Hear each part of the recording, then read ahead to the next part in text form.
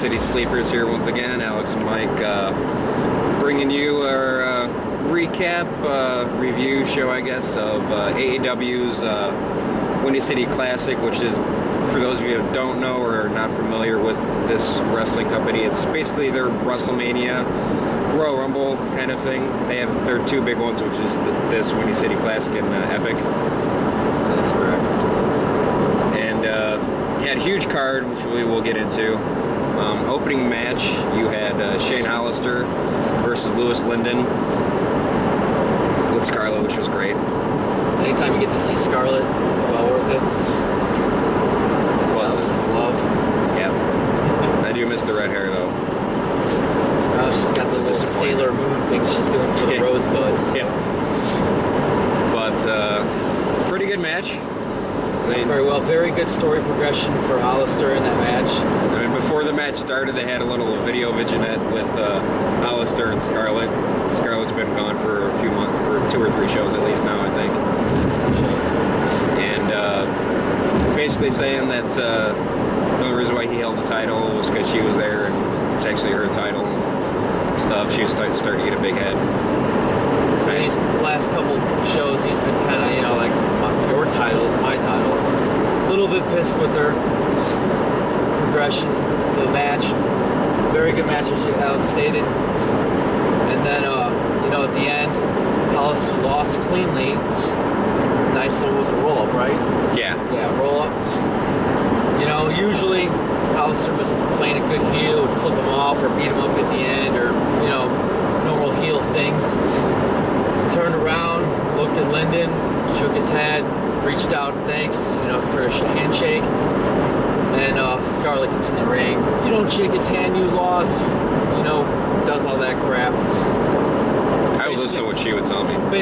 Basically gave her the old hand go away woman thing, and went over, shook his hand. Mad props for Hollister. Looks like a possible face turn, which I'm okay with because he's been heel for a while, and he needs to go back to doing what he does, and that's good in the ring, and he's better at being a face in the ring than he is as a heel. He's not a bad heel, though, but definitely not. He looks more natural as a face. So good story progression, very good match, great opening match, good start of the show. What led up next? The next up we had, that was when, wasn't that the Iron Curtain? Yeah. Yeah. They introduced their new member because they got rid of Dick Justice, which is horrible. Yeah, which is Fat Ron Jeremy. If you had Eugene and Hacksaw Jim Duggan had a kid together, that would be him. Probably. So they introduced a new member, Moondar Bernard, cleaned up. I kind of liked it. I like it. They're doing something with him that's not beyond completely stupid. Now it's just completely stupid. Right, so that was a nice little progression. I don't like the Iron Curtain personally, but this worked. It was good for him, good for his character to get into something that's not just refresh pre-show garbage that he normally does. And so then Dick Justice comes out, does his little I'm standing up for the people USA crap that he does, and it was just bad, and I tried to block it out, so I really don't remember too much of it anymore. Long story short, Faith comes out, part of the Iron Curtain, Christian Faith, their Heritage Champion, and then led into the next impromptu match of Merrick Brave coming out, and Brave versus Christian Faith for the Heritage title. Started a little slow, I would think. Got into it. Then it became a pretty good match. I actually enjoyed the match, minus the ending. Yeah, I mean, the match was pretty good. I mean, anything with Merrick Brave in it is outstanding. I think, he had Black and Brave when Seth Rollins was Tyler Black in independent scene. I think Brave is better than Rollins. I know you don't think that. I think they're pretty close. It's close. I think Brave's got a little more upside than Rollins does. But it was a decent match. He ended up with Christian Faith winning. Unfortunately, He just got the belt. I didn't expect him. Yeah, I didn't either, but it was a clean win. a minute beforehand, all the Iron Curtain goons got involved, and we'll say softened up Brave a little bit more. So I mean, but it didn't really lead directly to the pin. So we'll go with a clean win for a heel as a champion. I'm all for that because there's too much of that garbage heel wins that can't win cleanly. Yep. So I'll take that as still decent writing, still decent story progression. Unfortunate for Merrick Brave, you still don't have a belt that you deserve because you're good. Yeah, Brave, you deserve better right now. Do something about that. Make him beat that piece of crap Eddie Kingston. Somebody, which we'll get into later with that. But yeah, good match. Christian Faith, I'd like to see him go out on his own and not hide behind a cripple. For those you don't know who Gregory Iron is, he has this mental disability with his hand, and it's kind of like that. I don't know what you call that, mental disability. I'm not a mental. I don't think it's a mental, it's physical. Physical, yeah. Yeah, but he's a handicapped fella, and he's their leader of the Iron Curtain. And it's just the Iron Curtain thing to me is not working. I hope that they're fixing it. It got better tonight, actually. I'll have to say, in general, the mic work, everything was just a little bit better tonight. So maybe it's starting to turn into something. I just don't like that one dude that's with. Oh, the one I don't even know the name. Yeah, they got two goons that I don't even know why are in wrestling. The shitty James Storm wannabe. Just kind of looks like him. Kind of. But yeah, moving on after that was that Hooligans Zero Gravity? Yeah, I think so. Pretty sure it was. Yeah. So then we got Berwyn street fight between the Hooligans and Zero Gravity, like Alex just mentioned. Might have been the best match of the night. Yeah, I would put it up there. It's a tie, maybe, with the main event. Really good. It was a nice story progression. It was the third match between them. It was kind of their finish match, at least for a while, because obviously, they'll probably have a match again someday. Good street fight. Wasn't too far-fetched with weapons and whatnot. They did use some chairs, and they did some good spots with the chairs, so all that was done well. That was a match definitely to see. If you ever, I'm sure it'll be on their website sometime in the future. AAWrestling.com. Just make sure you check that out or buy their DVD in Windy City Classic X when it comes out next month. Alex just bought the Road to, was it Monsters Rage or something, whatever they called it last month. And he's got the Monsters Rage DVD. You check this DVD out, it might be in there, the ending of it. You'll see Eddie Kingston spit in my face.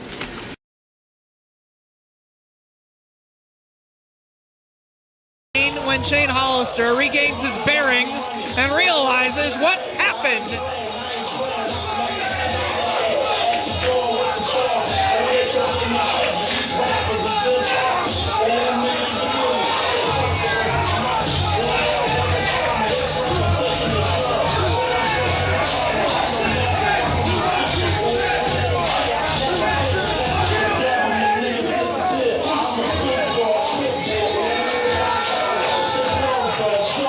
Eddie Kingston still the AAW Heavyweight Champion.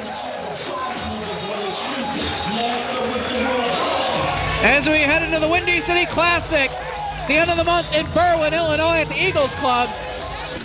Yeah, that was good. You remember that from the last podcast or two? Yeah. So that was definitely a very good match, very good on both teams. We had Hooligans take the win, and with a good chair sequence that I don't think I've ever seen before. So that was unique and well written on all of that, and the progression doesn't hurt Zero G from taking that loss. They're still going to move on and still be badass. So congrats to all four men in that. Toll time. Yeah, Tollberry time. How are you? Good, how are you? Not too bad. Have a good one. You do the same, dude. Yeah, all in all, solid, really great solid match. You can't go wrong between Gravity and Hooligans. Hooligans, if you haven't seen them, I really suggest checking their stuff out. Those two move around the ring like they weigh 80 pounds, and these are like 320-pound guys. Maybe not 300, but they're bigger guys, and they fly around like cruiserweights, and it is amazing. And well worth checking out that match and them in general. I don't know if they go by anything else on the indie circuit other than Hooligans, but maybe you can YouTube Hooligans Wrestling and pull something up. I'm sure AAW's got something in there with their stuff. They should be on their website by now. no, we had Ryan Boz come out and call out Marcus Crane. Marcus Crane is one half of the tag team champions. They're horrible. I think we mentioned that before.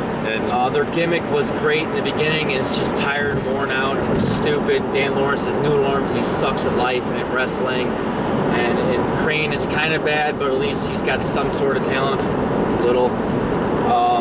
Well, Crane, he could be kind of entertaining at times with his character, the way he acts, but every now and then he'll put together a good move that kind of surprises you. And you give him a little couple. Yeah, you're like, you know what, that wasn't bad. You know, I'll do that once out of every 10 matches for you, I guess. But Boz called him out. Dan Lawrence and then came out. They basically said, you don't have a partner. We're the tag team champs. That's how we roll. We ain't going to waste our time on you. Well, out comes Heidi Lovelace, because earlier in the show they had a little vignette where they were making fun of her and blah, blah, blah. And there you go. You got yourself a tag team match. It wasn't that good. It wasn't good, but it wasn't horrible. But you can't expect anything good when you have Lawrence and Crane in the match. Kind of. That's basically how that goes. It was... A lot of people say, well, you had a girl in the match. She's actually decent. She's not that bad, you know. Check out the match from the last episode if you can find it somewhere. Or the last AAW show, Monsters Rage. When she fought Christian Faith.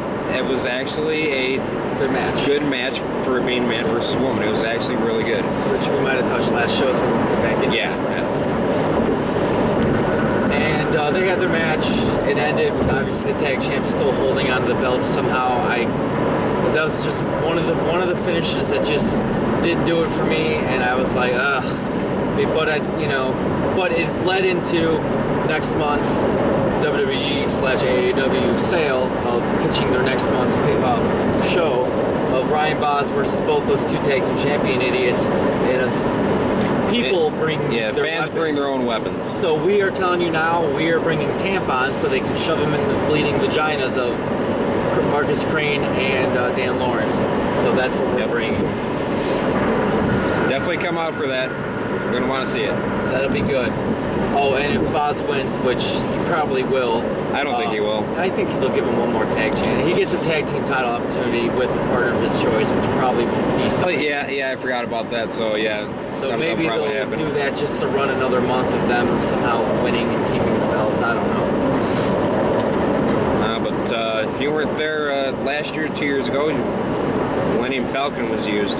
Yeah, that was one of the most memorable matches I have, independent scene for sure. They did two weapons matches, one impromptu, one that was scheduled. Yeah, there was one last year that wasn't that good. Versus somebody, and I cannot remember for the life of me who she fought. I think it was Mischief versus... He fought Night Wagner. I thought it was Night Wagner. I don't remember. Positive. It was 2 years ago. I wanted to say it was Danny Daniels because I know she had a feud with him. But it doesn't matter. There's no point in trying to think about it and argue about it. But that match was really good. And then next led out to, this was 2 years ago, Jimmy Jacobs and Eric Cannon. And they had one of the most memorable weapons fight matches I've ever seen in my life. So that's another one if you want to see a really good weapons match. Jimmy Jacobs for Eric Cannon, AAW, One Twisted Christmas. Yeah, one Twisted one of them, something like that. Something like that. Something Twisted Christmas. And I'm sure you can find that on YouTube or Google or whatever. That would be worth it. Definitely. Was there anything else in that first half before intermission? There was one more match you had. It was originally called for Jimmy Jacobs versus Alex Shelley. Supposedly Alex Shelley got hurt last night of recording this, night of the show, or the night before that, recently within the past few days. And he was not there. He was not present, so he was unable to wrestle. So the owner, Tim Lynam came out at the beginning of the show, said he wasn't going to be here, but we're going to have a surprise for you. So you called it out right away. That would be Chris Sabin, and sure enough, I knew it. Chris Sabin came out. Pretty good match. Yes. It didn't last very long. Maybe 10 minutes. It's like 10 minutes, but for it being like a middle card match, which we expected longer. Plus, it was just starting to get. To me, it was just starting to get going. Yeah, like show was getting going. You got away with the crowd silliness and them playing to the crowd, and they're getting their normal stuff off that happens at the beginning of matches. You just get into it, and Sabin pulls the old, "Oh, I hurt my knee," bullshit. And of course, right, you know, we knew, like, hey, he's faking it. He's been playing heel lately, blah, blah, blah. Well, they played it so long that, like, the ref and Jacobs were helping him back to the ring right when he got to the far corner ring post. This is when the predictability factor came into the show. He rolled him up in a fucking small package and 1, 2, 3, then hops out and is jumping all around. Look at me, I'm all good. Completely pissed away what could have been a really good match. What was starting to be a good match. Yeah. Made it shitty and just kind of ended the beginning.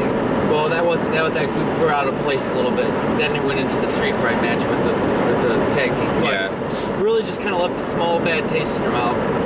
So then that happened, and it was just, you know, Jacobs got on the mic and said fans deserve better, blah, blah, blah, and whatever. That was the start of the shitty writing. Yeah. Well, you'll find out more as we get on here. But moving on to the next match, this was probably the worst thing I saw all night. Worst match.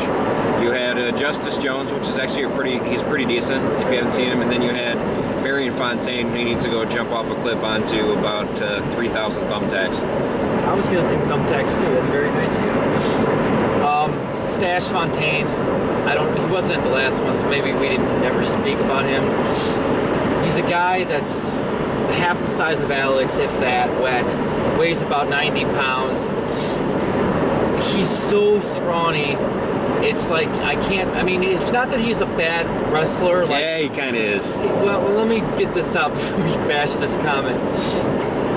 It's not that he knows how to, he can sell, he knows how to do moves, he knows how to perform them. But he's so damn small, and he fights people bigger than him, and they have to oversell everything, and they have to jump with him on everything, and they have to take these fucking punches that it would be like a kid hitting me or you. You know, my 10-year-old, 11-year-old, sorry, Ram, my 11-year-old hit me, and I would, like, fall down from it. Like, that's not gonna happen. My 11-year-old hits me, I'm gonna get pissed and knock him out because he hit me, you know what I mean? Don't worry, I don't beat my kids. But, you know, but that's what I'm trying to get the point. So when he goes out there and he does anything to anybody, you don't buy it. All suspense of belief, even in wrestling, is just out the window on this. And then the gimmick is garbage, the little stash. I mean, if you fucking shave it, Fontaine, you're nothing. You're nobody. Please shave it and go away so we don't have to watch you wrestle anymore. Because I really don't, I like you less than Dan Lawrence. At least Dan Lawrence does his job well in making you boo him. You go out there and try to get cheers. Yeah, and there are actually some retarded fans like McLovin and Harry Potter, which we mentioned from the last AAW show from last month. Yeah, that do like him, and we're gonna there again, and he sucked at life again. Yeah, that's gonna be my final thought of the night probably. But at least Justice Jones got a decent squash. I hope that they're pushing him to something. But the problem with Justice Jones is he's got Knight Wagner as a manager, who was just as bad as Fontaine probably. Yeah, he might be a little bit better in the ring, but not much. He's just as scrawny and just as bad I don't want to look at him either. But my worry is that all these squash matches are going to push him into something, and he's not going to be able to perform. And that worries me a little bit, because I want him to, because he's got the look, he's got the strength, he's got the size, he's got, I don't know how his mic is, because they don't really let him do too much on the mic. So maybe that's a work in progress there. But I hope that they don't push him into something that he can't perform by himself in a match that goes 8 to 10, 12 minutes. Right. But I guess I'd rather see that than, you know, because I don't want him stuck in these 3-minute matches against nobodies, because it's fucking useless. Yeah. And all wrestling needs to get rid of that. Because if they can't perform in more than 3 minutes, why are you having to waste your time? Fuck a card filler. Stop doing 3-minute matches, TNA, WWE, and start giving fans a good, solid match with two people that can go, that can tell a story, and make you actually want to come back and see them wrestle again. WCW did that shit fucking 9,000 times with Rey Mysterio and Ultimate Dragon and Dean Malenko and Chris Jericho and Chris Benoit and all those damn cruiserweights that eventually made it in WWE, which, you know, and then, but they did that night after night, week after week, and I remember never getting bored of that shit because it was entertaining every time, and the story was told. And that was when I was in high school and didn't know as much as wrestling, and I still bought into it, and I still enjoyed it, and I still can look back and watch those shits now and still be like, man, that was some good stuff. Psychosis and Lil Parka even, and all those guys. Some name drops. But, you know, that was a little, I guess that could have been more of a final thought than a little rant there, but... Yeah, but it's out of your system, so... Yeah, we're done with that. But then basically hit intermission, and we got to collect our thoughts, and at intermission, my wife texted me how I was doing, how's the show, and I go, you know what, really good. I actually liked it. There was, you know, I didn't like the finish like we talked about, but in all, the first half of the show was really good, and AAW needed that because the last show fell flat. Yes. Which we talked about, the other cast. So, you know, I was optimistic going into this. And we come back and we get Matt Cage, Johnny Gargano. Johnny Gargano, awesome. Gargano's a great awesome wrestler. He could be on TV. He should be in NXT, working his way up through Triple H's nose to get to. Oh fuck! There's an iPass. I'm fucked on that. And Bad online. Yeah, I'm gonna have to. And what you call it? Oh, and damn, I lost my train of thought. Worried about the iPass. Oh, so Johnny Gargano, really good. Should be on TV. Fought Matt Cage. I don't like Matt Cage, but I don't dislike him. I think, now maybe I'm wrong, I think he's holding back, or they're holding him back. If that's the case, he needs to be let go so I can see something from him. If he's not holding back, then he needs to go away. So I want him to prove me wrong, because I am right now a firm believer that he can't wrestle. He's not good at selling stuff. Some of his moves that he does are being oversold and actually look like they would actually cause physical damage, and they don't. He's just, all in all, he's just not that good. I mean, when I go to these shows, I try to look at guys and think, could these guys be on television doing this stuff? And Matt Cage is one that I will never see on, can never even fathom to see on television, or even if it's TNA. Yeah, well, that was a shot at TNA. I don't think he's TV worthy. I don't even know if he's Ring of Honor worthy yet. But I think he has the possibility to. I don't think he's as bad at selling as Alex thinks he is. Maybe I'm wrong. Maybe it's just still me hoping, because like I want to believe in him, because he's got the look, he's got he's got the build for it. He can play to the fans as a heel well. You know, he does things that I look for and I like out of people. So maybe I'm just hoping for more. But like I said, I hope if they're holding him back and he's not giving it his all for whatever reason, then he needs to, and so I can like him. If not, then, you know. He did do one good thing tonight. He got in McLovin's face. Oh, that was very good, yes. And then we called McLovin a pussy, because remember last time McLovin called Alex called me a for pussy. getting in his face. And, you know, like, you know, that's just what it is. But yeah. Go watch that last video. Cage ended up winning. I thought, it was stupid because it doesn't do anything for him. This is what started the string of terrible endings of matches. Yeah, this is definitely there was one, and then we get into this one. The finish wasn't horrible. It wasn't like a shitty tights thing or a rope, feet on the rope.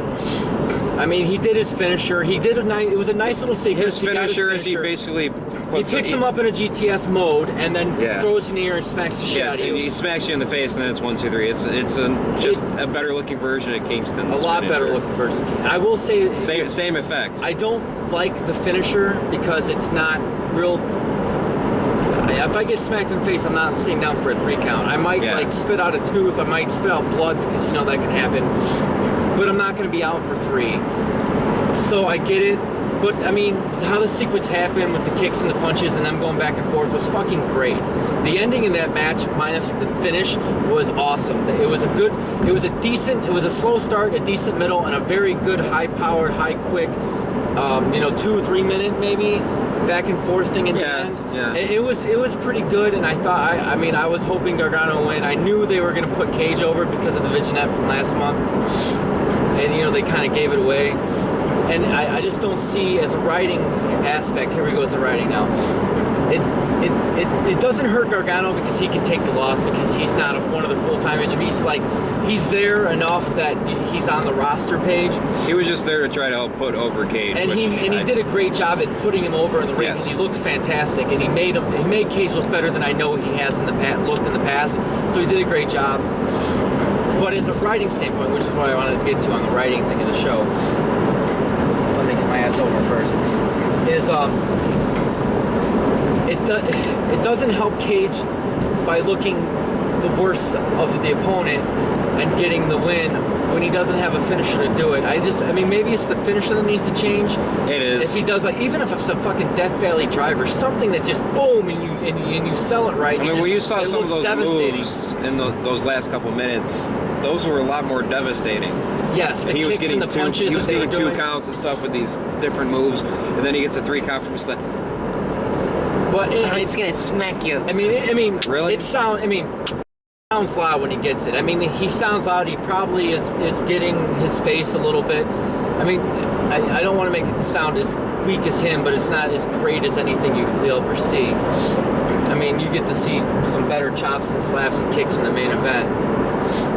But, yeah. It was just the start of bad writing. There's no Cage wouldn't have lost anything by taking a loss to Gargano. Gargano could have used the win because I don't know if he's even won in AAW yet. He keeps putting over people. That was only like his 2nd or 3rd match, I think. And, so it's just like, come on, give the damn guy, give the crowd, especially if you're going to have the next 2 matches end the way they do, which we're going to get to, you should have given the crowd something there. No one gives a shit about Cage except for the idiot ahead of me that had 1 sign and the one other guy that screamed where the money is. So, he had 2 fans there the whole night. And it's sad because, it's almost like go away fans. Yeah.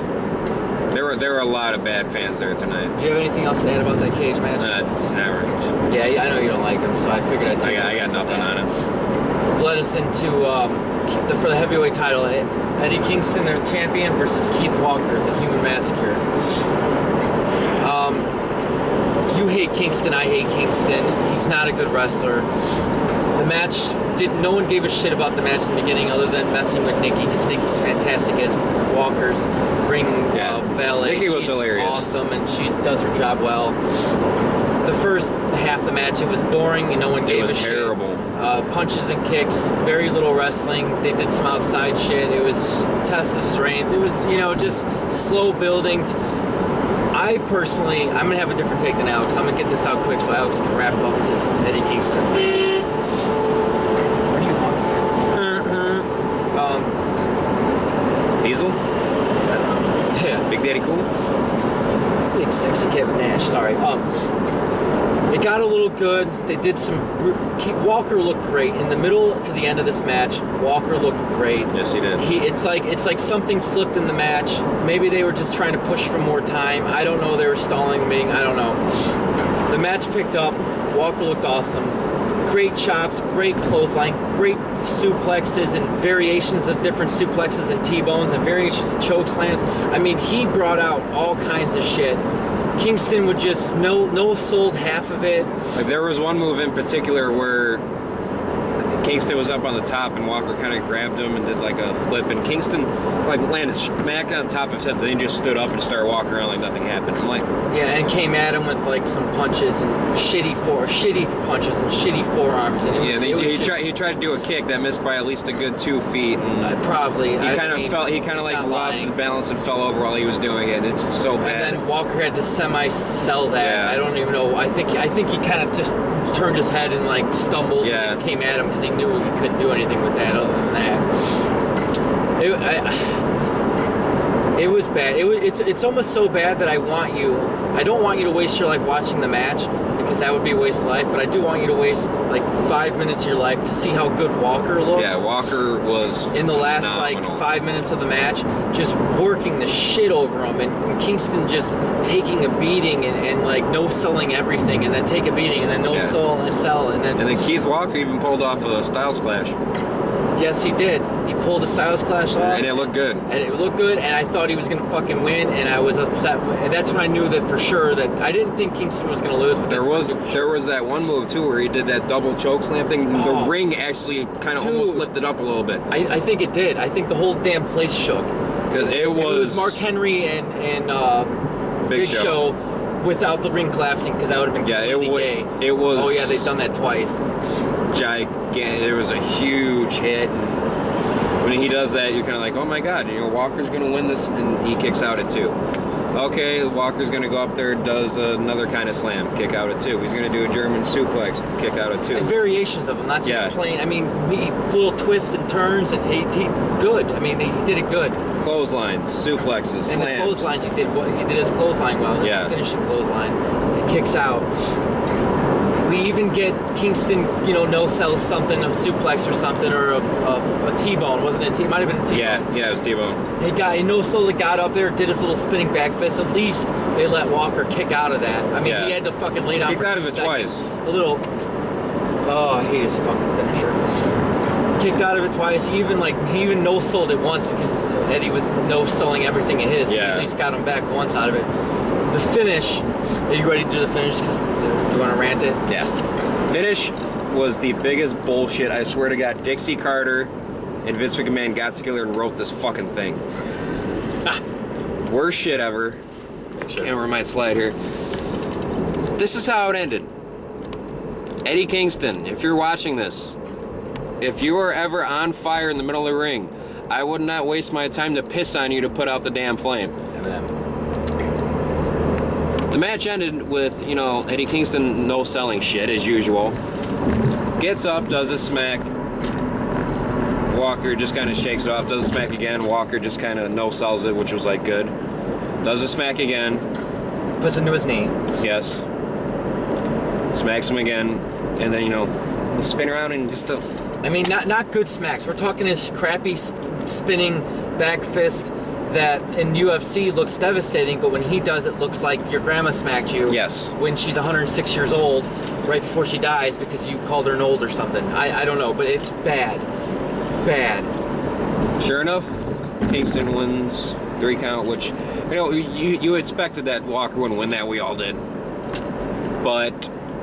just the way it happened. The way he beat the shit out of him. The way and Kingston didn't sell anything, and Walker just looked great. And it's like it was one of those times where even if you're writing it and you're like, okay, Kingston's keeping the belt, how the match turned out and how the crowd got into it and how it just worked, you should have just whispered something to the ref. The ref told the ref yeah, Walker's gonna win this match. Yeah.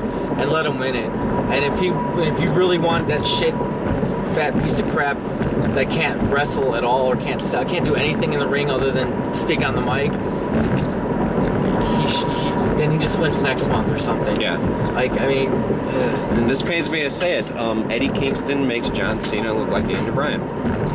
Yes, and that's a true statement, and that's how bad both of them are. I think my heart just stopped. Stutter, get a murmur there. Fuck.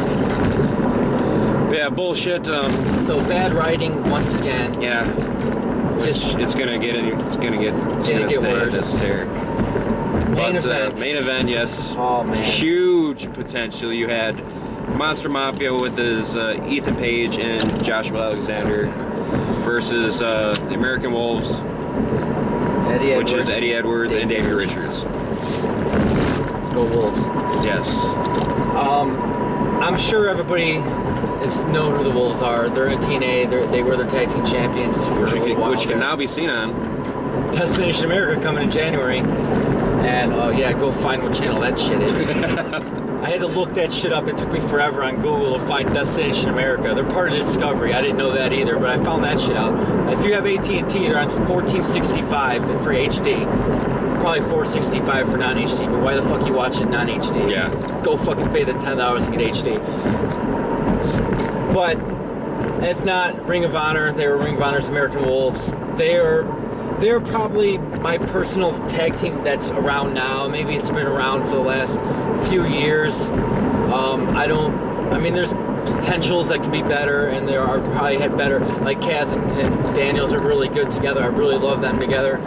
But I mean, Wolves by far, they're just technically sound in every area, every area of wrestling. They're getting better on the mic, so actually, I guess I should say not everywhere, but they're getting better on the mic. In ring, technically, high flying, tag team moves, just fucking great. Davey Richards' kicks are amazing. Eddie Edwards is amazing. They're just amazing. If you've never seen, which he hasn't, he needs to, the Wolves matches he had with Team 3D and Hardys, they had 4 matches. You need to find those matches, and they are all worth watching. All very good. All teams did a great job in all of those matches. Anyways, Wolves versus Monster Mafia. Mafia, they're great. They have a great gimmick. I wouldn't even call it a gimmick. They have great team chemistry. Yes. They've Paige has a great mic, great personality. Not the greatest of all wrestlers, but no, Alexander's really good. Yes. And Paige does his stuff really well, but there are times where he Paige knows his limitations, and he uses them to the best of his abilities. They have a match. It just goes the whole match. I mean, the whole match is nonstop. Just freaking. I mean, not to the point where there's no selling, because they sold everything well. When they had to take a break, they took a break, but it never felt like they took a break. You know, there wasn't like a fucking couple punches and a headlock for 5 minutes. Randy Orton. Sorry, I had to take that shot, even though I love you, Orton. They did the breaks enough that someone would get knocked out and go to the ring, someone would get knocked out, go off to the side, someone would get knocked out, go in the corner. They did enough so everybody got their breaks, that it didn't stop the match, didn't stop anything. I felt like they were telling a good story of just 2 great teams going at each other, and then here comes the writing part again. Yeah, and then you get into the meat of the match. Maybe toward not the tail end, but after you had your prime meat, now you're moving on to your potatoes and your green beans, and then you get the finish. It was just like kind of out of nowhere. Like, I expected a kick out. I expected, It was one of those like, really? What? Huh? No. I mean, do you want to? Why? I went off on the last ending. I'll let you take this one. You had them turn. I mean, Monster Mafia is a heel team, and they do it great. So you expect the heel stuff, and I'm fine with heels. When they won cheaply with ref bumps and new refs coming out, and then a ref came out, and Eddie kicked out. I think it was Eddie. It might have been Davey. One of them was kicked out of a late 2 count. I think it was Eddie, because I think Davey was laid out on the side. Yeah, I think you're right. Eddie kicked out on their finisher because they already had bumped the other ref, and the other ref came out and got in there late and gave him the old late kick out, and they're like, well, let's beat up the ref because he didn't count 3 for us. And then the ref didn't know how to fall out of the ring. And then you had the Wolves come back and do all their shit, and they should have won the match. I think they were out for 30 seconds before they got one of the first ref up to come up and count 2, and then shit, now I'm kind of forgetting the finish. It was very forgettable. That's why. I mean, it happened, and I think it was like I really don't remember the complete finish now. Wasn't it like a shitty roll up with like the ropes or something? Oh no, yeah. It was like some sort of suplex or something. Yeah, it was a suplex. He was holding. I think he had his feet on the ropes for leverage, and then they were holding Eddie on the outside, or one of them was holding Eddie on the outside, and the ref looked right at him and didn't fucking do anything about it. It looked right at the thing. It was bad.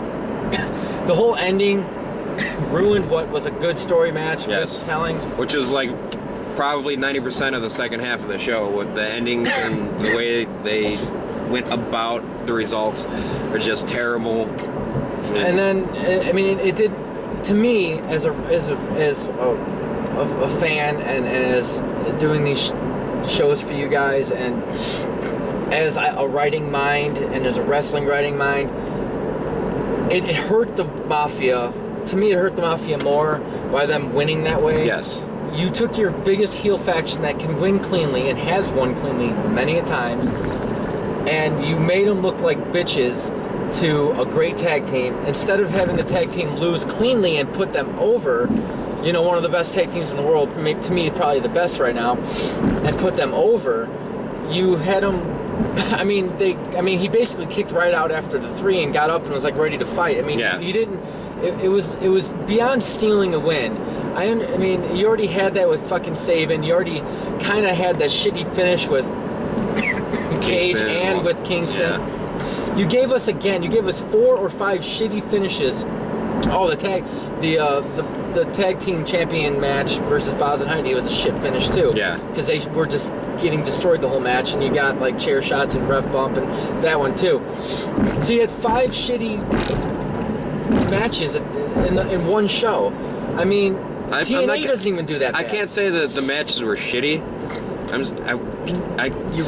That the finishes and the way they ended, and not even like fandoms like, oh, I need the faces to win, or I need the heels to win. No, I don't give a shit about heels and faces. I actually like more heels than I like faces. Yeah, I'm the same way. But I like heel wins. TNA did Bobby Lashley with a bunch of heel wins. Okay, clean heel wins. Clean heel wins. That's right. I mean, TNA actually got it right for once with Lashley when he was champion before Rude beat him, a month ago. I mean, you can understand a heel winning by kind of, winning cheaply at times, but not every time. Every now and then you want to see him to win cleanly to kind of build up his credibility. Right, let them know that they're, like, especially if they're a champion or if they're more champions, like, let them know that they still got it, but they're just the bad guy. It's fine. It's okay to be the bad guy. You need them in wrestling. I mean, I'm not trying to say, like, oh, I just need faces to win. No, because that's stupid. Yeah, that is dumb. But you do need to let the crowd, like, care. Yes. And I am not caring anymore, AAW, about your fucking shows.